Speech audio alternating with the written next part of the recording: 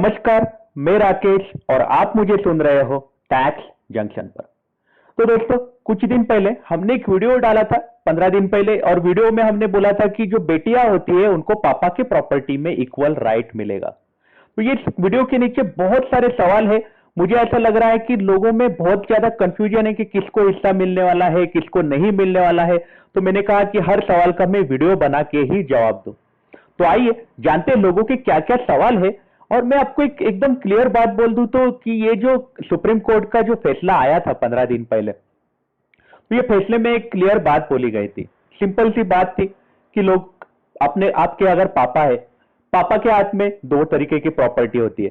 एक प्रॉपर्टी होती है जो वो खुद कमाते हैं, जो खुद खरीदते हैं, घर भी अगर हो तो वो खुद खरीदते हैं, खुद के बलबूते खरीदते हैं, तो वो एक प्रॉपर्टी पापा के नाम पे होती है। दूसरी प्रॉपर्टी होती है पापा के आई हुई प्रॉपर्टी जो उनको पुरखों ने दी रही थे। मतलब पापा को अगर उनके उनके पापा ने कुछ घर दिया रहेगा या फिर कुछ जेवरात रहेंगे तो वो पापा के पास रहते हैं। तो पापा के हाथ में होती है दो तरीके की प्रॉपर्टी। पापा के खुद के हाथ की जो प्रॉपर्टी होती है उस पे पापा विल बना सकते हैं। विल बना सकते मतलब लिख के दे सकते कि मैं मेरे गुजरने के बाद ये प्रॉपर्टी मेरे बेटा बेटी या फिर कोई थर्ड पर्सन जिनके ऊपर पापा का लगाव है उसके नाम पे भी पापा कर सकते। लेकिन जो प्रॉपर्टी पापा के पास पुरखों से आई हुई रहती है उसमें पापा कुछ भी डिवीजन नहीं कर सकते, उसके लिए कोई विल नहीं बना सकते। वो पापा के नाम की प्रॉपर्टी है ही नहीं, पापा के खुद ने कमाई है ही नहीं, तो फिर पापा उसके लिए विल नहीं बना सकते। तो वो प्रॉपर्टी में बेटी का हिस्सा पूरा का पूरा रहेगा जितना बेटों का हिस्सा रहेगा। बेटा बेटी उसमें फर्क नहीं किया गया है अगर प्रॉपर्टी पुरखों से आई है तो, एंसेस्ट्रल प्रॉपर्टी है तो इसके लिए कोर्ट एकदम क्लियर है कि अगर पार्टीशन 20 दिसंबर 2014 के पहले हुआ है, पुरखों के प्रॉपर्टी का भी पार्टीशन 20 दिसंबर 2014 के पहले हुआ है, वो रजिस्टर्ड हुआ है या फिर कोर्ट का कुछ फैसला आया हुआ है, तो फिर उसमें बेटी का कुछ हक अधिकार नहीं रहेगा पुरखों के प्रॉपर्टी पर भी। लेकिन बेटी का अधिकार तब रहेगा जब बेटी डायरेक्टली, किसी भी खानदान में बेटी पैदा होती है तो बेटी को पुरखों के प्रॉपर्टी पे पूरा का पूरा हक दिया है। साथ ही साथ अगर बेटी के पापा अगर विल नहीं बनाते हैं और गुजर जाते हैं तो बेटी को उसमें भी अधिकार मिलेगा जितना बेटे को अधिकार है। मतलब ये जो फैसला था ये उस रिलेटेड था जिसमें विल नहीं बनाई गई है। जब किसी ने विल नहीं बनाई है और वो प्रॉपर्टी है और उसमें आप अगर ओरली डिस्ट्रीब्यूशन करना चाहते हो कि आप ओरली पापा के गुजरने के बाद आप एक रूम में बैठे हो और बोलते हो कि बेटी तेरे को ये रूम दिया गया है, ओरली आप बोलते हो और हम बाकी के 4 रूम रखते हैं, ऐसा भाइयों ने बोला, तो वो अलाउड नहीं है। आपको उसके लिए रजिस्टर्ड पार्टीशन हुआ रहेगा तो अलाउड है। कोर्ट अब ओरल पार्टीशन को एंटरटेन नहीं करने वाली। अगर कोर्ट का फैसला रहा या फिर रजिस्टर्ड पार्टीशन हुआ रहेगा तो बात अलग है। लेकिन अगर कोर्ट का फैसला भी नहीं रहा, कुछ भी नहीं रहा, आपने ओरली पार्टीशन किया हुआ है तो वो कोर्ट नहीं मान रहे हैं। तो आपको समझना पड़ेगा कि अगर विल वाली प्रॉपर्टी है तो उसमें कुछ नहीं कर सकते, पापा का अधिकार है, उनके प्रॉपर्टी को जिसको देना है वो दे सकते। पापा का जिसके साथ भी लगाव है उसको वो दे सकते, बेटा बेटी। अगर पापा ने विल नहीं बनाई है तो बेटा बेटी को इक्वल अधिकार मिलेगा। रही बात पुरखों की आई हुई प्रॉपर्टी, पुरखों की आई हुई प्रॉपर्टी में बेटा को भी उतना ही अधिकार है जितना बेटी को अधिकार मिलने वाला है उस प्रॉपर्टी में। तो ये सिंपल सी एक बात है। लोगों का बहुत ज्यादा कंफ्यूजन हो रहा है, तो हम जानते हैं कि क्या क्या सवाल है। अगर पापा का बैंक लोन है तो वो भी बांट देंगे क्या बेटा और बेटी को? हाँ, बेटा और बेटी को दोनों को अधिकार के साथ साथ लाइबिलिटीज भी एक दूसरे के पापा के देने पड़ेंगे अगर प्रॉपर्टी में हिस्सा मिलने वाला है तो। बट ऑब्वियस है ये राइट क्या रेसिडेंशियल प्रॉपर्टी पे है या फिर सारे जमीनों पे भी है, एग्रीकल्चर जमीनों पे भी है? तो प्रॉपर्टी का मतलब सारी प्रॉपर्टी हो जाती है तो सारा अधिकार मिल जाता है, जमीन हो या फिर घर हो। अगर पापा ने खुद ने कमाया हुआ है और विल से ट्रांसफर किया है तो बात अलग है, लेकिन एंसेस्ट्रल हो तो बट ऑब्वियस बेटी भी क्लेम करने वाली है उसमें अपना हिस्सा। इसके बाद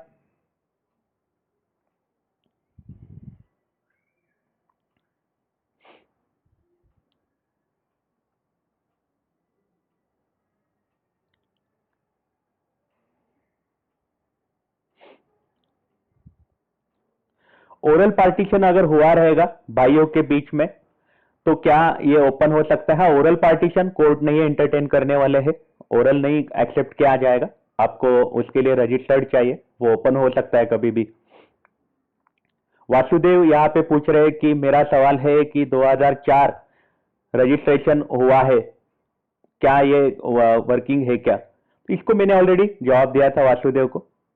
ये वाला जजमेंट मतलब यहाँ पे एक बात आपको ध्यान में रखनी पड़ेगी। पहले कंफ्यूजन था कि 9 सितंबर 2005 को अगर पापा गुजर ही गए रहेंगे, मतलब नया कायदा जो आया वो 9 सितंबर 2005 को आया, तो 9 सितंबर 5 को अगर पापा गुजर गए रहेंगे तो भाई लोग प्रॉपर्टी क्लेम करते थे, अपने बहन को कुछ नहीं देते थे। इसलिए सुप्रीम कोर्ट ने क्लियर वर्डिक्ट दिया है कि बेटा हो या बेटी हो, कभी भी पैदा हो, खानदान में एक बार बेटी पैदा हो गई तो उसका अधिकार उतना ही मिलेगा जितना बेटा को मिला है एंसेस्ट्रल प्रॉपर्टी में। अगर पापा मरते हुए विल भी नहीं बना के गए तो बेटी को भी उतना ही हिस्सा मिलेगा जितना बेटे को मिलने वाला है। लोकेश कह रहे आदमी की प्रॉपर्टी से पहले हक मिला वाइफ सिस्टर को, इसलिए अच्छा ये अभी आगे चलते हैं हम। यहाँ पे बोला गया है कि प्रॉपर्टी 13 साल पहले बिना पार्टीशन के ही बेची गई है। अभी यहाँ पे कोर्ट एकदम क्लियर है, अगर रजिस्टर्ड हुआ है चीजें तो उसमें आप कुछ नहीं कर सकते, रजिस्टर्ड नहीं हुई है तो फिर आप वापस उसको कर सकते हो। बेचा ही गया तो रजिस्टर्ड हो चुका है, नया ओनर अभी आप उस प्रॉपर्टी पे अधिकार बनाया हुआ है। पुनीत सिंह एचयूएफ जो है 1969 में बनाया था, हिंदू अनडिवाइडेड फैमिली, तो उसके पापा जो थे वो करता थे, पुनीत के पापा, और साथ ही साथ उनकी माँ थी और 2 अनमैरिड बहनें थी, और उनके पापा गुजर गए 1980 में, और उनकी दोनों बहनें हैं, उनकी शादी हो गई 1974 में, और उनकी माँ भी गुजर गई 1994 में। तो ये केस में पुनीत पूछना चाहते हैं कि क्या एचयूएफ जो है वो डिसॉल्व होगा क्या? नहीं, पुनीत यहाँ पे एचयूएफ जो होता है वो परपेचुअल सक्सेशन का होता है। अगर पापा गुजर गए तो बट ऑब्वियस आप कर्ता बन गए हो उस प्रॉपर्टी के, पापा के एचयूएफ के आप कर्ता बन चुके हो।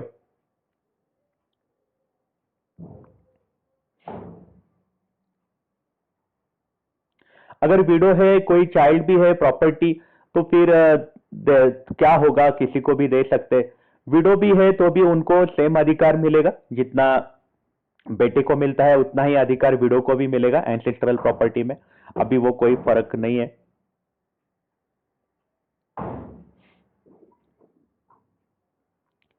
अगर 2004 से पहले पैतृक संपत्ति का बंटवारा हो गया है तो क्या बेटियों का हक बनता है क्या? तो जैसे हमारी बात हुई थी कि 2004 के पहले अगर एंसेस्ट्रल प्रॉपर्टी का बंटवारा हुआ है, रजिस्टर्ड भी कर दिया है, तो कुछ नहीं कर सकते। अगर नहीं है तो फिर आप क्लेम कर सकते हो, विल बनी है तो फिर आप नहीं क्लेम कर सकते।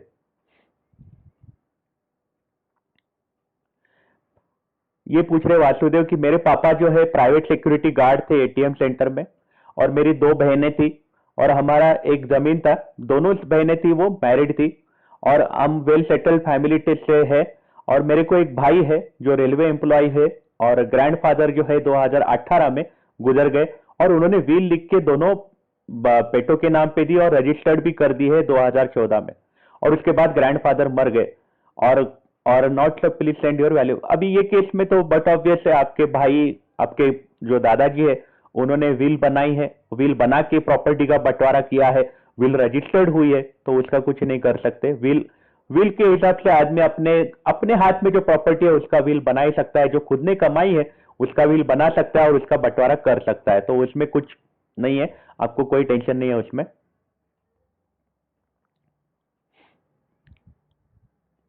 अगर प्रॉपर्टी सेल हो गई तो मांग सकती है क्या परचेसर से? ऐसा नहीं है, प्रॉपर्टी सेल हो गई, रजिस्टर्ड हो गई तो कुछ नहीं है। ये उत्तर प्रदेश का, इनका मैंने ऑलरेडी जवाब दिया था। उत्तर प्रदेश, ये जो कायदा है ये हिंदू सक्सेशन एक्ट पूरे देश के लिए अप्लीकेबल है इंक्लूडिंग जम्मू एंड कश्मीर, तो उसमें कुछ आपको सोचने की जरूरत नहीं है। क्या ये मुस्लिम फैमिली को अप्लीकेबल है क्या? नहीं, मुस्लिम के लिए अभी ये जो हिंदू सक्सेशन एक्ट है ये अप्लीकेबल होता है हिंदुओं के लिए, सिखों के लिए, जैनों के लिए और बुद्ध लोगों के लिए, ये 4 लोगों को अप्लीकेबल होता है हिंदू सक्सेशन एक्ट। जो मुस्लिम है उनके लिए शरीयत का कायदा होता है। ये जो है ये सिविल लॉ है, मतलब हिंदू सक्सेशन एक्ट की हम बात करें या फिर मैरिज एक्ट की, ये सिविल लॉ है। क्रिमिनल लॉ होते हैं ये सबको अप्लीकेबल होते हैं, जैसे किसी ने किसी का खून कर दिया तो ये एक हिंदू को भी वही सजा होगी जो जितने मुस्लिम को सजा होगी, अगर खून कर दिया तो, क्रिमिनल को हुआ तो। लेकिन सिविल लॉ होते हैं, हर किसी के अपने अपने धर्म के अनुसार ये लॉ बनते हैं, जैसे शादी के कायदे होते हैं, हिंदुओं के अलग होते हैं, मुस्लिमों के अलग होते हैं।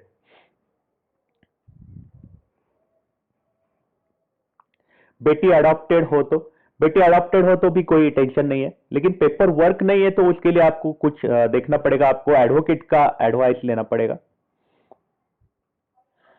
जिसके फादर की डेथ 1945 में हो चुकी है और उस टाइम वो उनकी सिंगल गर्ल चाइल्ड थी, तो क्या उसको अपने फादर की प्रॉपर्टी मिल सकती है? अब प्लीज रिप्लाई सर। अगर फादर ने विल नहीं बनाई है तो एंसेस्ट्रल प्रॉपर्टी में बेटी का भी उतना ही अधिकार है जितना बेटों का अधिकार है, ये हम पहले बोल चुके। डॉटर मैरिड अनमैरिड इररिलेवेंट, हाँ, बेटी शादीशुदा हो या नहीं हो कुछ भी फर्क नहीं पड़ता है। एंसेस्ट्रल प्रॉपर्टी में, पुरखों की प्रॉपर्टी में बेटी का उतना ही अधिकार है जितना बेटों का है।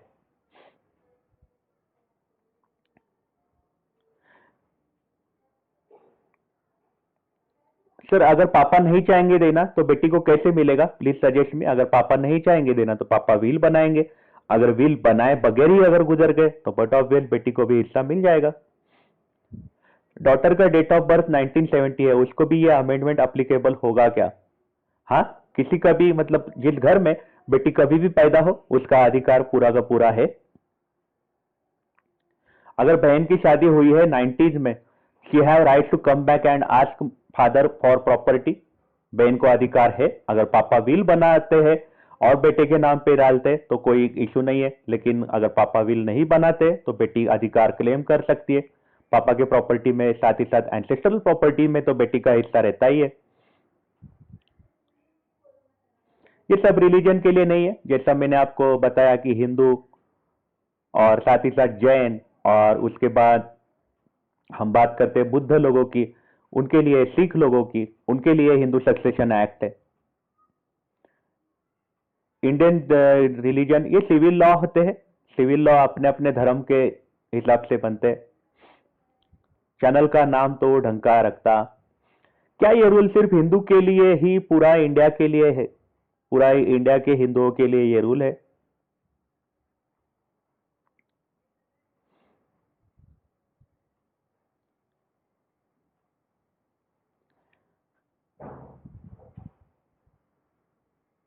आधी प्रॉपर्टी वाइफ की, आधी प्रॉपर्टी बहन की। लड़का क्या करे? लड़कों को कोई नहीं सोचता, पता नहीं कैसे कानून बना देते।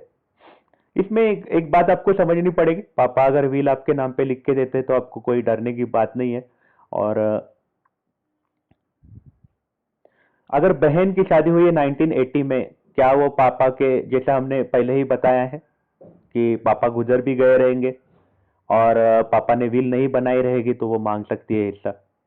एंसेस्ट्रल प्रॉपर्टी में जरूर मांग सकते हो और पापा के प्रॉपर्टी में भी। हाँ, ये चंद्रमोहन कह रहे हैं, हाँ विल के अगर नहीं रहेगी तो ये एप्लीकेबल है। जजमेंट जो है आप बात कर रहे हैं हम जो वीडियो की, विल नहीं बनी ही रहेगी तो ये एप्लीकेबल है।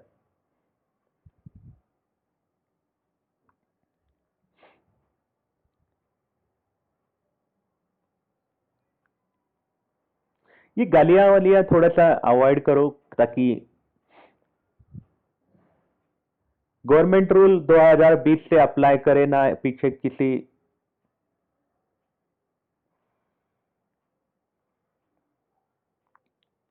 पार्टीशन 2004 के पहले हुआ है, रजिस्ट्री नहीं हुई है, तो इसमें अगर पार्टीशन हुआ है, ओरल हुआ है तो कोर्ट आपको एंटरटेन नहीं करने वाले हैं। पार्टीशन अगर हुआ है, कोर्ट की डिग्री है, तो कोर्ट की डिग्री है, हुक्म है कोर्ट का, तो फिर आपके नाम की प्रॉपर्टी है, तो आपको उसके लिए कोई चिंता करने की जरूरत नहीं है। लेकिन रजिस्ट्री नहीं हुई है पार्टीशन, फिर इसका मतलब ये ओरल पार्टीशन हुआ है, डॉटर ने भी अगर लिख के नहीं दिया गया है तो बेटी जरूर आ सकती है।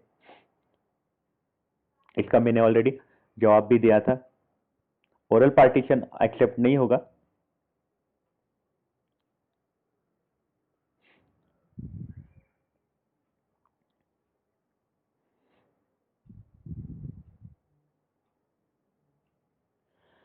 खेत की प्रॉपर्टी है जिनको, सर मेरे दादा की खेत की प्रॉपर्टी है जिनमें मेरे पिता और उनके बेटा और उनके बेटों के नेम है और मैं उनकी अकेली बेटी हूं, तो क्या मैं भी उसका क्लेम कर सकती हूँ? अभी ना तो मेरे पिता जिंदा है ना कोई भाई उनके बच्चे हैं। प्लीज सर आंसर दीजिए। बट ऑब्वियस नंदिनी, आप क्लेम कर सकती हो, एंसेस्ट्रल प्रॉपर्टी में आपका हिस्सा है। सर मेरे दादाजी की प्रॉपर्टी में से मुझे हक मिल सकता है, बट वो प्रॉपर्टी मेरे पापा ने अपने नाम करवा ली है और वो प्रॉपर्टी मेरे दादाजी के नाम थी, मेरे पापा जिंदा है, वो सब कुछ बेटा को देना चाहते हैं और मैं अनमैरिड हूं, ये प्रॉपर्टी हरियाणा की है, एंसेस्ट्रल प्रॉपर्टी में आपको उतना ही हिस्सा है जितना आपके भाई को हिस्सा है, तो आपको उसके लिए डरने की जरूरत नहीं। इसका भी हमने जवाब दिया था ऑलरेडी।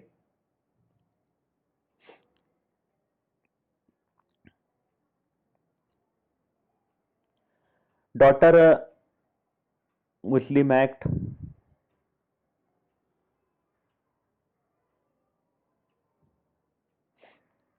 हाँ सर आप क्लियरली बोलो, समझ नहीं आ रहा कुछ भी, कुछ लोगों का कंफ्यूजन हो रहा था, कुछ लोग कह रहे थे कि बहुत अच्छा वीडियो बनाया है। आई हैव क्वेश्चन, डॉटर अगर उन 1951 में बनी है, एक्ट भी नहीं था और अमेंडमेंट एक्ट भी नहीं था, हाँ आप कभी भी पैदा हो, आप खानदान में अगर पैदा हो, बेटी करके हुई हो बेटा करके हुई हो, आपका उतना ही अधिकार है जितना बेटे का है। कोर्ट एकदम क्लियर है इस बारे में। इवन आप के जो बच्चे रहेंगे, बच्चों का भी उतना ही अधिकार रहेगा। मतलब पहले जैसा होता था कि ब्लड रिलेशन और ऐसी बातें होती थी, अब कोर्ट ने इक्वालिटी लाने की कोशिश करी है।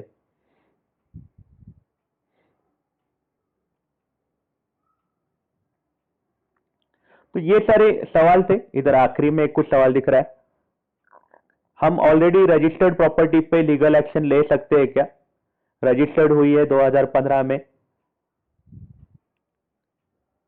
ऑलरेडी रजिस्टर्ड प्रॉपर्टी पे आप लीगल एक्शन, जैसे यहाँ पे उन्होंने बोला है कि एंसेस्ट्रल प्रॉपर्टी पे आप अधिकार बना सकते हो। अगर लड़की है, एंसेस्ट्रल प्रॉपर्टी पे अधिकार रहेगा ही। पापा ने अगर विल से अगर प्रॉपर्टी ट्रांसफर करी है तो फिर कुछ नहीं कर सकती, बेटी का अधिकार नहीं होता। पापा विल उसी प्रॉपर्टी पे बना सकते हैं जो प्रॉपर्टी उनके नाम पे है। तो ये सारे सवालों के जवाब थे। आपके इसके बारे में क्या राय है मुझे आप कमेंट सेक्शन में जरूर बताइएगा। आप अपना ख्याल रखिएगा। अगर आप काम के लिए बाहर निकल रहे हो तो आप अपने आप को सैनिटाइज जरूर करिएगा। Take care, have a nice day.